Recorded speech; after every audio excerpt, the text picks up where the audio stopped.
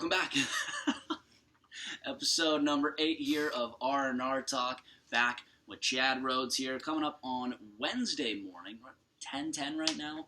Bright and early Wednesday morning. We're here in Florence in our front office. Chad, how you doing? Good, yeah. The rain came through. Should be done the rest of the day. That's what I was looking at. I'm doing good. Woke up. I've been up for a while. Baby time. That's true. Missed our 10 o'clock meeting. We got pushed to 10:30. Go ahead. On this memo that supposedly went out? Yeah, I don't think there was a memo. But you need to write us in on it because we're up here ready to roll. Number 2's up here. Yes, he did call me coach on the field yesterday. That's crazy. And we just saw a little snippet clip of one of Rory's Survivor casting tapes. We're going to get to those later. I got to know the process of what gets. I'm still right there on the process because I haven't passed me just giving the initial tape, which is shocking. I'm just interested to see what gets called back and stuff. Yeah, I know. I'd be interested too. I think now we do know what doesn't get called back, and it's me. They don't call back. Well, we got to see the tape because it might be a tape. All right, yeah, maybe I need just a second eye. Then I guess I'm gonna get 2 sets of eyes on it. Either way, we're recapping the first game against the Gateway Grizzlies in this 3-game series. The Y'alls fall in this one, 11-7, the final score. Fall to 4-5, first time under 500. Immediate reaction, Chad. We gave the game away. I thought it was one of those things where I could say we take care of the ball. And it's not necessarily playing more strategic than them when we play teams like this, that we know what they're going to do. They're going to be aggressive. They're going to push the envelopes. You make mistakes, they're going to make you pay. They're going to be big early count swings on heaters, and they're not going to strike out. They're going to put the ball in play with 2 strikes. They're going to try and hit those little ground balls.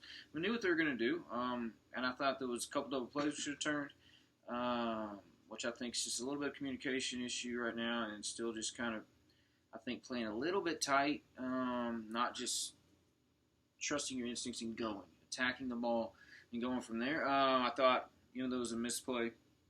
It was a physical error, but it came from a mental mistake on Fuentes at third base in that rundown. That was an easy one. He knows it, should have cleared space, try to throw it over a guy. Easy out there. And, Ben came in, I thought, got the ground ball he needed. That was one of those I thought needed to be turned. Yeah. So we're in a completely different spot. We squandered, I thought, some opportunities on the bases. We left them loaded. We had, 9 walks, 3 hit batters, and we still had 7 or 8 hits. Yeah. And so we're talking about 20 base runners right there, and we didn't cash them all in. I thought the offense was good. And I thought we had them on the ropes, but I thought we let off the hook too.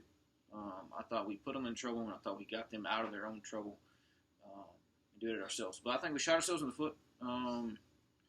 But I like the way we stack up with them. I like the matchup. It's because it is a fun game, and you have to be on top of it to win. You're not rolling out the balls winning one of these games. So you got to be on it, and just stay on it from the beginning to the end, and keep the energy. It's that momentum, kind of keeping that momentum rolling. But I think the defense, when we've seen those games, we've had a little bit of struggles with it. Quebec game here, that first series, we had a couple defensive miscues in that one too that kind of added on top of some pitching stuff. And we saw we were never able to get that momentum back. I kind of want to get that momentum from the get-go and make sure the defense keeps it steady all night long. Yeah, absolutely. So, let's just keep talking about the defensive mistakes there. Let's go to the 2-run double that brought home the game-winning run, and Hank Zeisler laying out for the ball in front of him. Did you speak to him about that? Are you happy that he was being aggressive? I put that was on me. I'll take responsibility for that because I made that move. For Kent to go, and we're throwing a Holt. We're going to attack Holt with Kent. We knew what he's trying to do right there. He's not going to try and jump and pull side. He's going to short, punchy backside approach. I thought Kent was going to whack him out with a slider right there. I thought he knew he could beat him with a heater because he's ramming him in, but I think he threw it a little bit out over the plate and allowed him to get his hands on it and do what he does, which is choke up on the barrel, and got a little bit of a massy approach, 2 strikes. He's going to put contact on it. My mistake was, we talked to the infield when I went out there for that mound visit when I made that switch, but in my head, the only thing to me I didn't do to take responsibility for that game was I wanted to tell Hank to take a couple more steps in. Yeah. He knew it. I knew it. Everybody knew it. It was one of those little lapses. I'm thinking attention, warming up a guy, coming in. Okay, holds up. He crept in 1 step, but I was in the dugout during that hole at bat, and I'm thinking in my head, I'm like, I should move Hank in a little bit. I was like, I like what Kent's attacking him. He's beating him in. I was like, okay. And then, sure enough, he hit that little flare. And then he's got that thing. I mean, there's no excuses. I don't think any excuses. But he's still, his legs all the way bruised up, still banged up from when he got hit in that first game.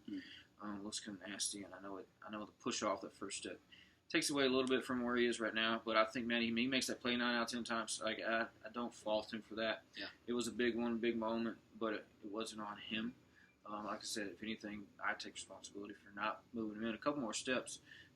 That's my fault, but here we are. He catches it's the play of the week, probably. I mean, you're saving the game there on a sliding catch. I think it was actually a diving catch, so would have been the play of the game. Obviously, it did not go the Y'all's favor. Let's keep talking about Holt for a second. Ryan Watson was attacking him outside. Was that part of the plan? Because he went 4 for 5, and all of them were out. That's field. what type of hitter he is. I don't know the plan of attack specifically with Watson to Holt there when they had those battles. There's some guys we wanted to ram in more that I thought we did from at bat to at bat. I don't think we did it consistently enough to be able to warrant owning the inner half at all by any means.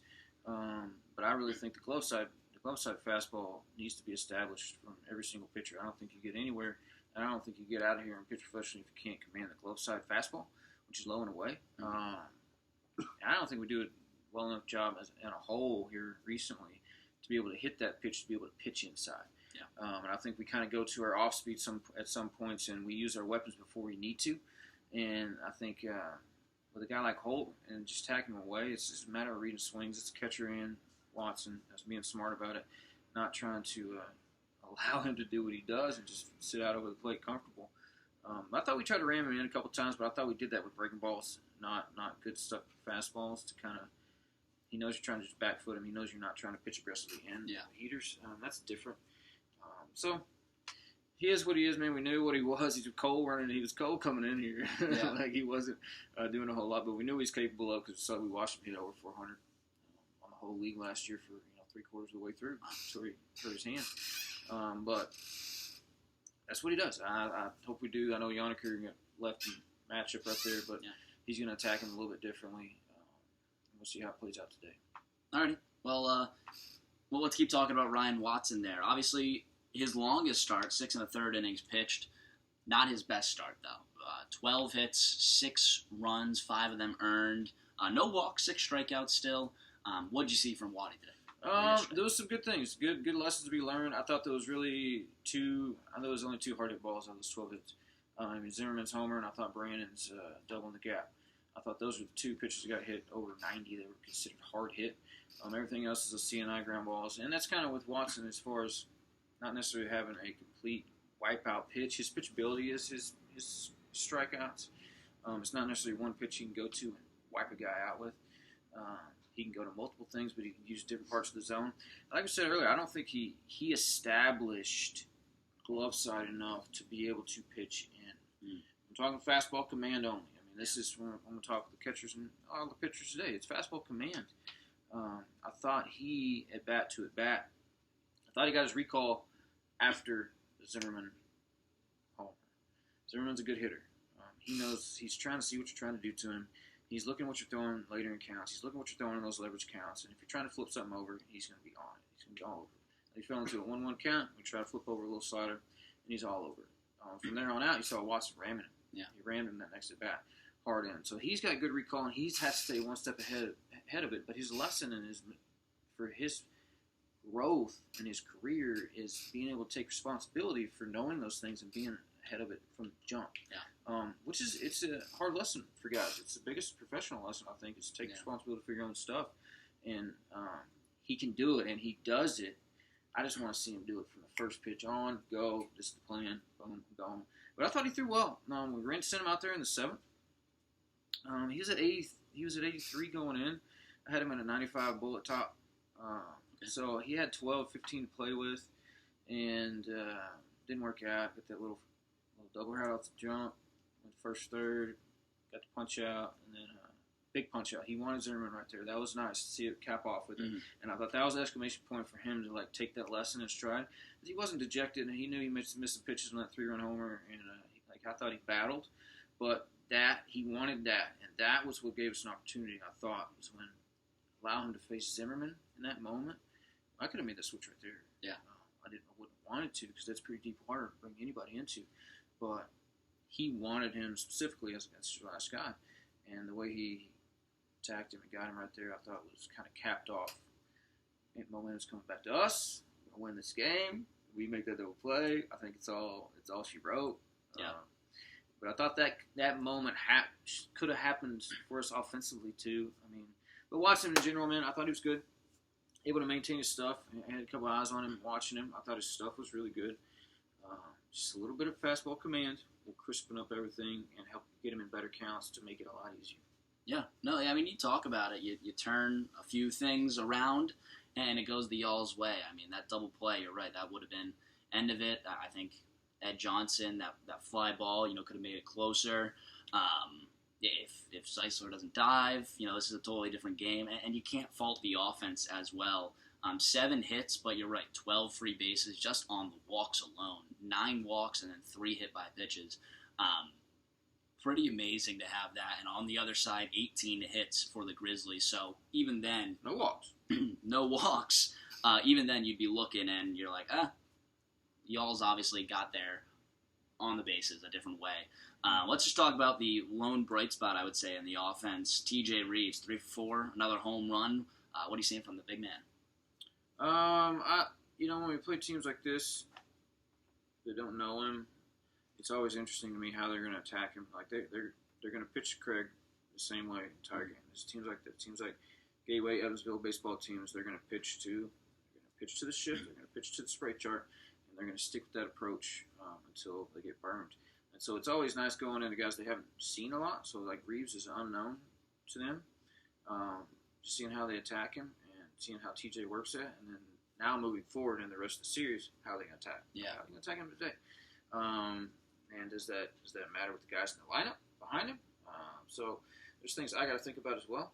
But no, TJ, I like his approach. I like where he's at. I thought he's made some good adjustments. I think he's still a little bit out front, timing wise. I think we talked to Schomburg and he understands like you can compete at this level. Like you don't have to worry. Like I think it's always an unknown from a college player coming to this level, the professional level, to know whether they can hang or not.